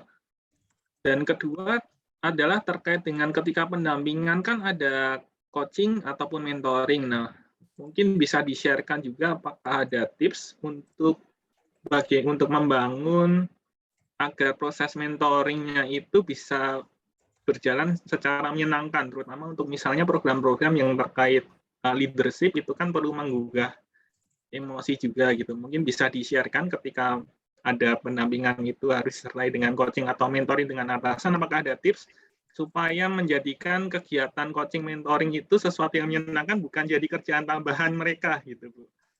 Atau Pak Ivan ya. Ya itu pertanyaan saya, terima kasih. Oke, terima kasih Mas Felix. Pertanyaannya ini ya, dua, dan menarik banget. Saya kira juga rekan-rekan lain juga penasaran dengan jawabannya. Oke, yang pertama tadi Mbak Riri, tahapan piloting ya. Seperti apa contohnya Mbak Riri? Mungkin bisa disampaikan. Tahapan piloting ini maksudnya pada saat kita mengisi kanvasnya ya Pak Felix ya? Ya betul, tadi ada, seingat saya kan ada masalah yang mau dipecahkan, yes. Kemudian prioritas, udah temu solusi, habis itu di piloting sebelum implementasi. Nah, pilotingnya itu seperti apa kalau untuk training program gitu? Ya, biasanya Pak, pada saat kita membuat desain yang awal, itu kita sudah lakukan sesuai dengan isian yang tadi Pak Lukman bilang itu sesuai dengan kepalanya learning development gitu ya Pak ya. Nah, pada saat seperti itu kan kita harus tahu jangan-jangan yang kita anggap di divisi ini problem yang benar-benar harus segera diselesaikan, buat mereka enggak. Itu enggak apa-apa, itu baik-baik aja gitu Pak. Mereka masih bisa menyelesaikannya dengan baik. Jadi pada saat kita melakukan piloting itu Pak, kita kan sudah susun timnya dan lain sebagainya. Termasuk peserta training kita kan sudah kita tentukan Pak sebenarnya. Kita sudah tentukan peserta trainingnya dan tema besarnya seperti apa. Nah, pada saat kita melakukan piloting itu otomatis kita juga harus tanya, kita harus melakukan customer empathy, biasanya kita melakukannya ya Van ya. Jadi bahkan kalaupun program yang pendek sekalipun kadang-kadang kami nggak hanya percaya bukan nggak percaya, kami tidak hanya mengandalkan prosesnya training need analysis atau diskusi kami dengan L&D, tapi kita biasanya minta ada calon peserta yang bisa kita interview atau ada calon peserta yang bisa mengisi kuesioner supaya kita jadi bisa tahu Pak seperti apa. Seperti itu Pak Felix. Jadi memang harus dicoba dulu Pak. Dan kadang-kadang Pak pada saat kita mendesain itu makanya ada versi belum tentu sekali jalan Pak Felix. Sebenarnya Pak pada saat kita melakukan piloting itu pesertanya sudah dilibatkan Pak. Jadi dengan metode-metode brainstorming dan lain sebagainya, kita juga jadi dapat dari peserta biasanya gitu ya, Van, untuk menentukan prioritas masalah dan lain sebagainya. Itu peserta sudah mulai dilibatkan tuh Pak calon pesertanya. Kalau misalnya nanti Pak Felix bilang, Mbak Riri calon pesertanya 100, kita ambil sampel Pak. Nggak perlu 100-100-nya dulu gitu Pak. Tapi kita ambil sampel kalau ada beberapa materi yang biasa kita kembangkan, misalnya tentang total quality service dan lain sebagainya. Biasanya saya lebih senang untuk mengambil sampelnya itu antar divisi. Karena apa? Di dalam trainingnya memang kita sudah tahu tuh Pak, bahwa kompetensi yang dikembangkan salah satunya selain teamwork, selain komunikasi, tentang servisnya, dan juga kita punya yang satu lagi tentang kolaborasi. Sehingga kalau pada saat piloting kita mendapatkan dari antar divisi, kita akan lebih dapat banyak masukan Pak untuk membuat itu. Pengalamannya seperti itu Pak. Ivan mungkin ada tambahan Pak? Oke, secara umum sih tadi sudah disampaikan oleh Mbak Riri ya. Jadi kalau saya mau nambah dikit mungkin dari segi angle yang agak berbeda gitu. Jadi karena memang gini, dalam kita membuat project assignment, ini kan konteksnya dalam hal project assignment tadi ya. Memang kita perlu memastikan proyek yang dijalankan itu bukan nambah-nambahin kerjaan, tapi punya value buat organisasi. Banyak program pendampingan itu nggak berjalan karena saat terkesan kayak nambah-nambahin tugas gitu loh. Begitu peserta selesai pelatihan, dikasih tugas kayak, halo apa sih cuma gitu doang gitu. Maka kita perlu memastikan project assignment-nya itu benar-benar punya nilai buat organisasi. Jadi pas si anak pelatihnya datang, Pak saya tuh mau menyelesaikan masalah ini loh. Lingkungan dia itu mengamini, oh iya ya, emang itu lagi jadi masalah kita sih. Karena itu perlu diselesaikan, sehingga dia mensupport. Ini tadi ya, di awal saya menjelaskan terkait lingkungan aksi. Karena banyak yang ngasih tugas itu project assignment ya kayak cuman ngerjain to-do list dan nggak punya value buat organisasi. Begitu jalanin terkesan kayak lu ngapain sih ngerjain gitu doang, udah usah dikerjain, lu ngerjain kerjaan doang, selling lagi ya, jualan lagi ya, gitu akhirnya. Lingkungannya nggak mendukung. Maka kita perlu memastikan punya value. Nah tadi Mbak udah bilang ya untuk bisa memastikan project ini menyelesaikan masalah kan ini nggak hanya berhubungan dengan kita aja, tapi berhubungan dengan unit terkait nih ketika nanti dia akan mengimplementasikan projectnya. Jadi kita perlu tes dulu nih, kira-kira ini apa nih isunya nih ya, kita gali dulu isu di unit ini apa nih, sehingga ketika dia kembali, ini anak ini after pelatihan itu benar-benar punya value buat organisasinya. Jadi anaknya bisa belajar, organisasinya dapat manfaat dari pembelajarannya dia. Nah itu makanya piloting menjadi penting, memastikan antara pikiran kita dengan pikiran dari lingkungan tempat proyeknya berjalan ini sama masalahnya, kita punya value. Seperti itu. Pak Felix, moga-moga tambahan sedikit Pak. Jadi boleh, biasanya Pak Felix pada saat kita mau melakukan proyek ini berjalan, kita akan minta atasan yang memang otoritasnya juga tinggi ya Pak Felix untuk menjadi bagian di proyek itu, bisa menjadi sponsor proyek dan lain sebagainya Pak. Bisa untuk jadi seseorang yang memberikan nasihat kepada nanti kelompok-kelompok kecil yang akan kita buat untuk menjalankan proyeknya. Kenapa? Supaya awareness-nya peserta training, ownership-nya itu ada, Pak. Jangan sampai kita sudah susun kompetensinya sedemikian rupa gitu ya. Mereka jago banget. Pas sudah dinilai dengan level 3 pelatihan sekalipun, kompetensinya bagus gitu ya Pak Felix. Tapi ternyata ownership-nya mereka terhadap proyek nggak ada. Itu Pak yang bikin akhirnya proyeknya jadi tertatih ya Van ya, biasanya ya.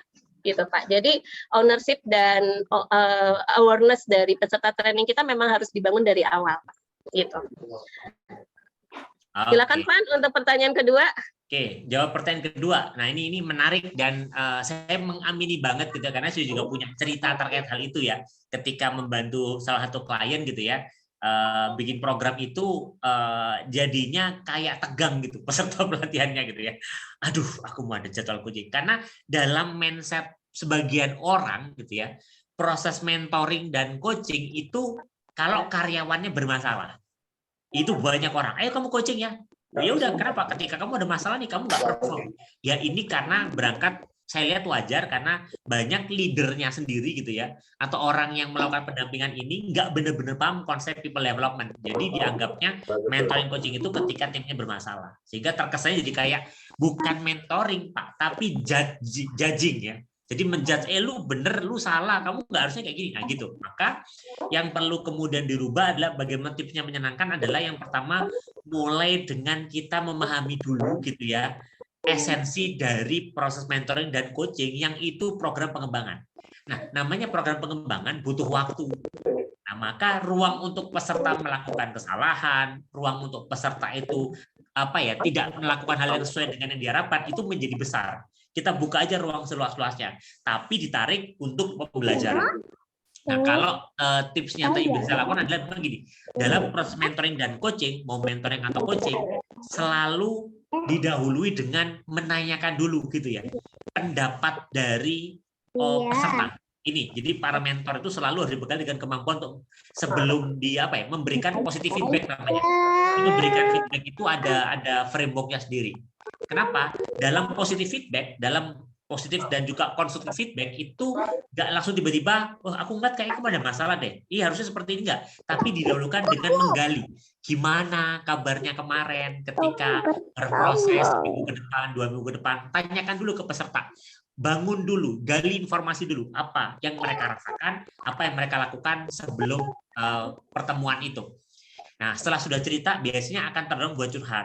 Nah, kemudian ditanyakan, digali, apa kendalanya, apa tantangannya. Jadi, mindset yang mendampingi ini bukan mindset untuk menjudge, tapi mindset untuk support.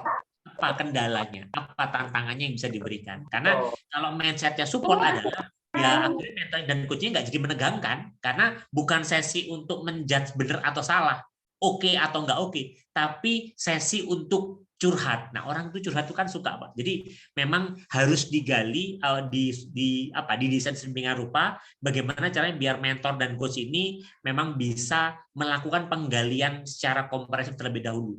Kenapa? Ya biar peserta curhat-curhat dulu lah, curcol dulu lah. Loh, terus mentornya kapan? Nanti. Begitu dia curcol, kita sudah dapat informasi, kita catat, baru kemudian kita tanyakan, kira-kira menurut kamu ke depannya seperti apa? Oh, saya akan melakukan ini, Pak. Boleh nggak saya kasih masukan? Masukan saya seperti ini. Jadi, jangan terburu-buru menjudge langsung benar salah. Karena proses mentor dan coach itu bukan untuk menilai.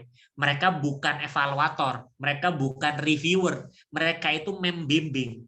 Nah, ini yang kadang perlu ditekankan. Makanya di beberapa program, bahkan kita sampai mendudukkan para mentor, Pak. Ada namanya mentor development program. Kenapa?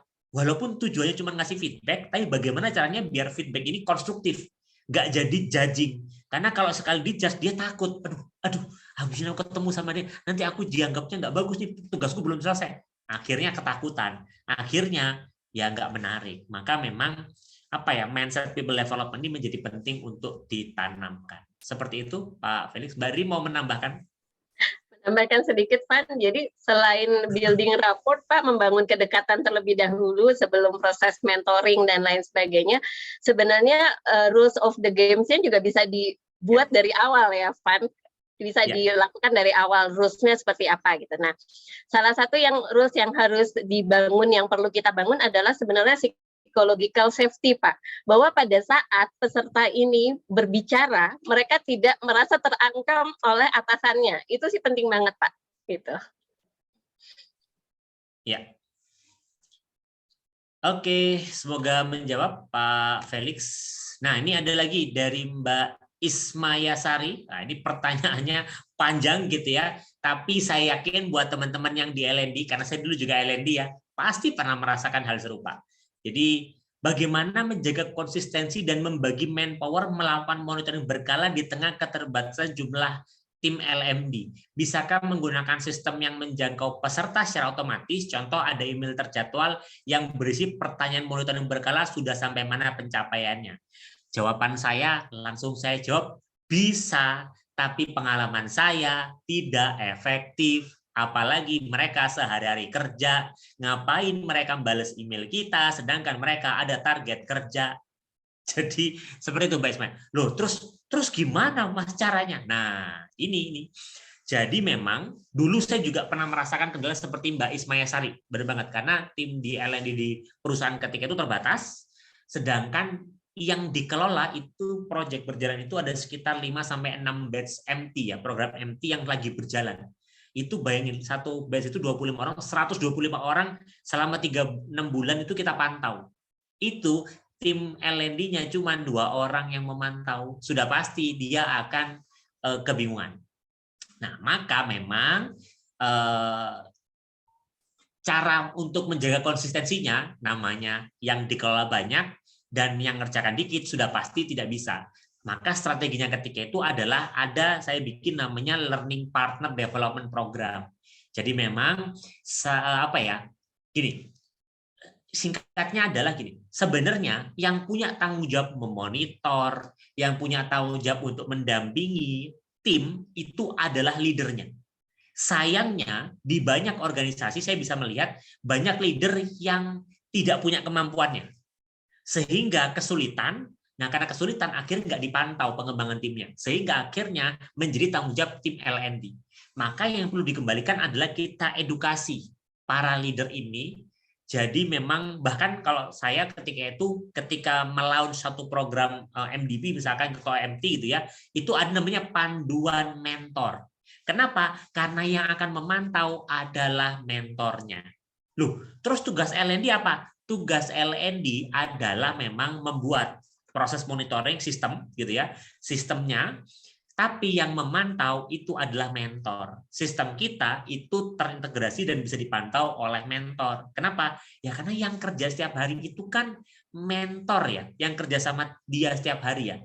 Tim LND mungkin cuma bisa ngechecklist doang. Oh, sudah dilakukan, belum dilakukan, sudah dilakukan. Itu doang kan. Tapi apakah yang dilakukan itu benar atau enggak, itu kan menjadi tanggung jawab yang kerja langsung sama dia. Maka memang proses pendampingan ini biasanya dilekatkan pada leader atau mentor. Atau kalau banter-banter HR regional atau HR wilayah. Tapi bukan satu di kantor pusat. Kenapa? Karena memang ya nggak bisa, pasti akan sulit untuk memantau karena terlalu jauh jaraknya antara kantor pusat dengan di wilayah. Maka biasanya ada namanya mentor. Learning partner itu bisa mentor, bisa HR wilayah, atau bisa orang yang ditunjuk khusus oleh orang wilayah untuk memantau proses pengembangan karyawan di wilayahnya. Itu juga bisa. Jadi memang perlu diturunkan dulu prosesnya. Untuk apa? Karena gini, kalau rekan-rekan lihat prosesnya di Mbak Riri itu, proses pendampingan itu bukan, oh dia sudah melakukan, belum dilakukan, enggak. Tapi apakah yang dia kerjakan itu punya value buat organisasi. Nah ini perlu dipantau secara langsung, perlu dinilai. Nah makanya kenapa kemudian proses monitoring dan evaluasi memang biasanya dilakukan sama pengamatan langsung. Ya paling gampang ya mentor. Biasanya kalau dari kami, ya kita minta sebulan sekali kita kirim email ke mentor, yang langsung gitu ya, untuk menilai dia gimana pekerjaannya, sudah dikerjakan nggak? Loh, sistem yang harus diinput peserta ada nggak? Ada, tapi itu validasi. Jadi peserta sudah mengerjakan ini, tapi hasil pengerjaannya dimonitor sama mentor, sehingga pekerjaan kita ringan karena kita cuma menggunakan sistem aja. Sistem untuk sudah dikerjakan belum? Kalau sudah dia mencek list, kerekam di kita. Tapi yang memastikan pekerjaannya benar atau enggak itu mentornya sehari-hari. Seperti itu. Jadi dikembalikan ke peran mentor ataupun orang wilayah yang bisa include dengan dia. Moga-moga menjawab. Dari Bari mau ada tambahan untuk Mbak Ismaya Sari? Ya. Biasanya kenapa kita melibatkan sebagai PIC itu atasan satu jabatan di atas peserta training kita, karena biasanya atasannya kan juga familiar dengan pekerjaan-pekerjaan yang dilakukan oleh pesertanya gitu. Jadi memang kalau semuanya dibebankan ke LND itu agak berat ya Pan. Justru itu makanya kita butuh tim untuk melakukan monitoring dan evaluasi, termasuk mempersiapkan mentor, coach, dan pendampingnya. Termasuk tadi kalau di kanvas yang pertama mempersiapkan leader as a coach, mentor as a coach. Seperti tadi ada pertanyaan di chat, akan adakah sesi tentang coaching gitu ya Van, di chat ada pertanyaan gitu. Nah, itu sahabat-sahabat semua, jadi memang tugasnya LND adalah membuat program di awal dan juga melakukan resume tuh Van, dari hasil catatan para mentor dan lain sebagainya, itu yang nanti akan dilihat untuk melihat perkembangan dari peserta training kita. Tambahannya itu sih Van. Oke, terima kasih Mbak Riri. Jadi moga-moga dapat insight ya Mbak Ismaya bahwa mulai sekarang ada baiknya tidak dikerjakan sendirian, tapi memang melibatkan orang-orang eksternal atau mentor tadi itu. Kenapa? Ya karena LND itu saya yakin pasti selalu terbatas lah. Dan biasanya kalau LND itu fokus pada monitoring, dia fokus terjebak pada hal administratif. Sehingga nggak bisa berpikir strategis. Padahal LND itu harusnya, idealnya ya, dari pengalaman saya juga, berpikir future. Ini bisnis 10 tahun ke depan akan seperti ini, saya harus nyiapin people saya seperti apa untuk 10 tahun ke depan. Tapi yang terjadi saat ini adalah karena kebanyakan LND itu masih fokus pada yang berbau administratif gitu ya, monitoring kerjaan, tugas dia sudah di-submit atau belum. Akhirnya kehilangan waktunya untuk berpikir jangka panjang. Dan fokusnya ya pada saat ini dan masa lalu gitu. Ada masalah apa, bikin program apa, tapi nggak berpikir strategis. Jadi memang ada baiknya mulai dilakukan pembagian tugas, pembagian kuasa, karena itu bisa kok dilakukan. Karena kalau kita lihat tanggung jawab pengembangan tim itu ada di mentor, bukan di learning and development sebenarnya, tapi mentor masing-masing kan. Dia yang tahu timnya seperti apa. Seperti itu, Mbak Ismaya. Oh, ini ada pertanyaan dari Mbak Meda. Ini kayaknya jadi pertanyaan terakhir nih, karena tinggal 2 menit lagi. Silakan, Mbak Meda. Boleh diajukan pertanyaan Mbak Meda.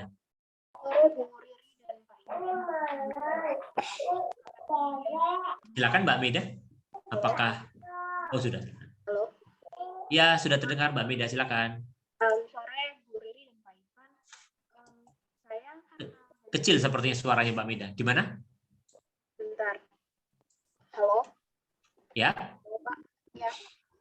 Karena saya kan dari quality ya Pak. Untuk dari Suaranya kecil ya, Mbak Meda. Boleh dibantu suaranya- di chat mungkin, Van? Iya, mungkin diketik di kolom chat Mbak Meda karena suaranya lembut sekali. Jadi kita belum terdengar.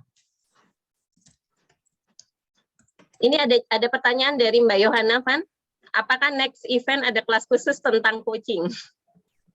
Bulan lalu ada, ya. Ada bulan lalu ada, dan memang nanti kita akan bikin berkala. Nah, saya baru mau jawab, silahkan cek Instagram jadi pemimpin ya, untuk tahu jadwal event kita selanjutnya. Karena kita rutin kok, kita setiap bulan selalu ada event pengembangan diri free gitu ya, bisa datang sama rekan-rekan. Silahkan follow dan juga rutin aja ngecek. Biasanya kami informasikan di sana. Oke. Mbak Meda, ini pertanyaan Mbak Riri. Apakah keberhasilan training harus dikaitkan ke ROI? Nah, silakan Mbak Riri, dijawab dulu Mbak Riri. Ini sebenarnya tergantung dari metode atau pemilihan kita mau mengukurnya sampai di mana, Mbak Meda. Kalau memang di awal ditargetkan pengukurannya sampai business impact, ya sampai ROI. Tapi kalau seandainya memang di project based learning-nya itu kita mau mengukurnya sampai level 3-nya Kirkpatrick, artinya kita akan melihat sampai dari peningkatan kompetensi dan behavior, ada perubahan behaviornya. PSDS-nya itu terlihat perubahannya, Mbak Meda, seperti itu. Jadi ini tergantung Mbak Meda, karena apa? Kalau menyangkut ROI itu akan lebih panjang lagi ya, Van, karena memang data-data perusahaan dan lain sebagainya itu juga harus dibuka, karena kita juga harus jadikan masing-masing komponen yang di luar training. Maksudnya gini, jangan sampai pada saat melakukan evaluasi monitoringnya, iya, bisnis impact-nya kelihatannya berkembang banget, tapi ternyata itu enggak hanya dihasilkan dari program pendampingan ini gitu kan, Van. Jadi memang enggak semuanya di perusahaan pada saat melakukan proses pendampingan dan menyelenggarakan experiential learning ini, Mbak, sampai ROI atau sampai ROTI, Mbak Meda. Jadi tergantung memang kita mau sampai di mana gitu. Ya. Silakan Van kalau mau ditambahkan. Terima kasih Mbak Riri. Oke. Sepakat dengan Mbak Riri, nggak semuanya harus ROI gitu ya. Ada yang cukup ya cuman level 1 atau level 2 atau level 3 lah ya, minimal behavior lah ya. Tapi, nah ini saya ada tapinya dikit, nambahin dikit kata tapinya. Kenapa? Ternyata pandemi gitu ya, yang menekan organisasi dan membuat organisasi ini budgetnya jadi tiba-tiba menyusut gitu ya, walaupun masih ada, membuat LND wajib punya kemampuan atau minimal punya pengetahuan untuk mengarahkan pelatihan ke ROI. Kenapa? Karena pasti itu akan memudahkan rekan-rekan ketika mau diskusi terkait penyelenggaraan program. Karena perusahaan sekarang gini, ini programnya ngeluarin duit doang nih, buat apa? Dampaknya apa? Selalu always seperti itu. Jadi, maka tim LND harus punya kemampuan untuk mengkaitkan antara pelatihan dengan result. Ya, jadi memang kalau dibilang harus dikaitkan, ya kalau mau jadi LND yang ideal, kalau menurut Kirkpatrick pun ya harus gitu. Dan pengalaman kami juga bantu beberapa organisasi, walaupun tadi ya Bari udah bilang juga sangat kompleks gitu ya, bantu organisasi untuk sampai ke ROI bisa nggak? Bisa, tapi itu harus harus buka data banyak, buka semua data dan meeting dengan banyak bagian. Karena kita perlu melihat nih, oke, orang ini sebelum pelatihan achievement-nya berapa? Contoh sales lah. Sebelum pelatihan, ini saya ngasih contoh gambarannya aja ya ke ROI. Sebelum pelatihan itu capainya 10. Setelah pelatihan 15. Nah ini pasti kan gini, perlu dicatat achievement dia rata-rata sebelum pelatihan sudah pelatihan. Itu datanya harus ada. Terus kemudian, apakah kenaikan itu karena pelatihannya? Atau jangan-jangan karena memang bisnisnya lagi, maka diskusi lagi dengan bagian business development, bagian apa untuk ngelihat kira-kira berapa persen dari achievement peningkatan result hasil dia penjualan ini yang itu karena pelatihan. Itu harus sepakati semua. Oh, oke, ternyata hasil pelatihannya 30%. Nah, 30%. Berarti dari 10 ke 15 itu kan 5 ya. Berarti 30%-nya berarti berapa? Misalkan sekitar 1,5 ya, 1,5 lah. Berarti 1,5 ini, 1,5 juta ini itu adalah hasil dari pelatihan. Nanti dibandingkan dengan biaya pelatihannya berapa? Budgetnya dikeluarkan semua tuh. Budget untuk bikin dia seperti ini. Nanti baru dari budget yang dia keluarkan dengan yang dihasilkan balik modal enggak itu. Jadi prosesnya panjang, bisa makan waktu berbulan-bulan, tapi bisa dilakukan. Untuk sampai ke ROI bisa. Dan saya menyarankan teman-teman untuk learning and development mulai sekarang, yuk belajar ke situ. Kenapa? Biar enak diskusi sama CEO perusahaan. Jadi kalau CEO perusahaan ini budgetmu kemahalan, kita bisa menjelaskan, Pak, hasil plannya seperti ini, dari kemarin seperti ini, datanya seperti ini, sehingga dampaknya ke saat seperti ini. Kita bisa diskusi strategik karena kita bisa menggabungkan antara pelatihan dengan performance. Nah, itu. Jadi kalau bisa mulai belajar ke arah ROI ya, Mbak Meda. Nanti kalau ada yang mau nanyakan sebagainya, silahkan bisa nanya ke saya ataupun ke Mbak Arini. Ya, gitu. Sip. Terima kasih rekan-rekan semuanya, karena pertanyaannya juga, oh kalau soal duit saya kebayang. Oke. Sip, mantap. Sip, terima kasih buat rekan-rekan atas antusiasmenya gitu yang sudah bertanya. Kita beri dulu dong buat rekan-rekan semua gitu ya. Saya apresiasi semangat belajarnya yang luar biasa dan senang banget pada kesempatan sore hari ini bisa berjumpa dengan rekan-rekan untuk sekedar sharing, dan saya yakin juga rekan-rekan punya banyak cerita yang bisa di-sharingkan sebenarnya. Tapi karena durasi juga lah yang memisahkan kita, maka izinkan saya untuk menutup sesi. Tapi belum selesai, tadi ada yang tanya modulnya kemana? Nah, kami mengharapkan feedback, masukan dari Bapak Ibu atau kesannya apa selama mengikuti program kami. Maka silahkan rekan-rekan mengisi feedback gitu ya. Silahkan bit.ly/feedback JP06 atau nanti mungkin bisa scan barcode juga, atau mungkin juga bisa diketik di kolom chat nanti linknya Mas Aziz. Nanti yang materi dan juga e-sertifikat akan kita kirimkan ke email Bapak Ibu semuanya ya yang mengisi feedback. Jadi kita kirim materinya ke yang isi feedback ya sebagai apresiasi karena memberikan masukan kepada kami. Nah, sebentar lagi tunggu ya. Nah, itu linknya lagi di-share-kan. Silahkan ketik link bit.ly/feedback JP06. Karena setiap masukan dari Bapak Ibu semua itu akan meningkatkan lagi kualitas program kami ke depannya. Dan silakan rekan-rekan follow juga Instagram @jadi.memimpin, @ivandana atau @irvianti.yura gitu ya, karena nanti kami juga masih akan rutin mengadakan event-event pelatihan gitu ya ke depannya yang harapannya bisa bermanfaat untuk meningkatkan kompetensi dan juga skill Bapak Ibu sekalian di sini. Silakan diisi, bagi yang sudah katakan sudah ya, biar tahu mana yang sudah dan mana yang belum mengisi feedback. Dan saya juga menginformasikan kalau rekan-rekan mendaftar di loket.com nanti ada 2 tiket ya, ada yang gratis, ada yang berbayar. Bagi yang berbayar nanti kita akan kontak, ada 5 orang seingat saya yang memang beli tiket berbayar, nanti akan kami kontak untuk kita adakan sesi mentoring untuk kita pandu bagaimana penyusunan program pendampingan di perusahaannya. Ya, jadi nantikan buat 5 orang yang sudah membeli tiket program berbayarnya, nanti kita akan kontak untuk kita adakan sesi mentoring langsung bersama dengan saya dan juga Mbak Irvianti. Ya, seperti itu. Silakan rekan-rekan bagi yang sudah mengisi feedback, katakan sudah, biar saya tahu nih. Terima kasih Bapak Ibu. Ya, untuk Mbak Yana, coaching bulan lalu ada, nanti akan ada lagi kemungkinan Mbak. Jadi simak-simak aja, pantau aja Instagram jadi.memimpin ya. Atau nanti bisa juga Instagram saya untuk nanti akan dapat informasi pelatihan selanjutnya. Ya, terima kasih Bapak Ibu yang sudah memberikan feedbacknya, sudah memberikan masukannya, sudah kemudian memberikan kesan pesannya. Ya, senang banget bisa ketemu dengan Bapak Ibu semua. Dan untuk penutup dari Mbak Ri, ada kalimat penutup nggak di Mbak Ri sebelum kita menutup sesi kita sore ini? Silakan. Oke. Kalau dari Riri adalah program pengembangan itu bukan hanya berdampak untuk karyawan kita gitu ya, tapi juga berdampak untuk perusahaan. Jangan sampai program yang sudah kita buat justru kita mengalami banyak kesulitan bagi si karyawannya maupun bagi pihak LND-nya. Jadi memang komunikasi itu harus tetap dilakukan supaya kita sama-sama tahu program apa sih yang sebenarnya dibutuhkan dan kita bisa membuat program itu customized dan berdampak. Itu aja sih, Pak. Oke, terima kasih Mbak Riri ya. Jadi bagi rekan-rekan yang ingin menyusun program pengembangan yang berdampak, silahkan dicermati kalimat tadi. Kalau dari saya, kalau saya seringkali punya prinsip, kalau kita mau program yang berdampak selalu butuh proses.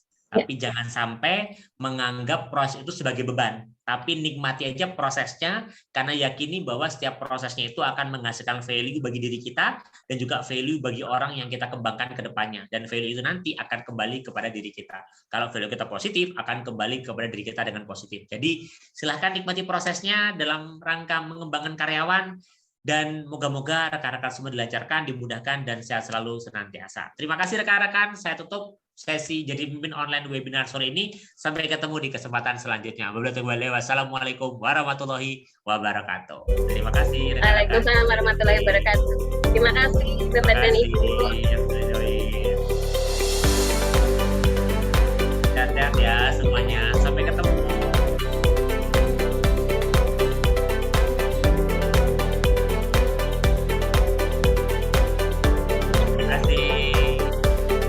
Bobby, Abdi, terima kasih.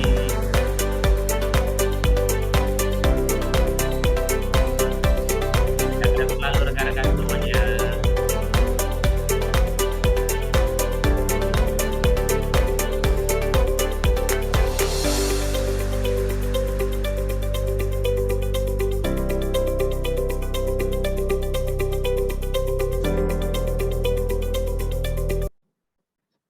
Lupa foto saya. Aku sudah ingatkan. Recording, Van?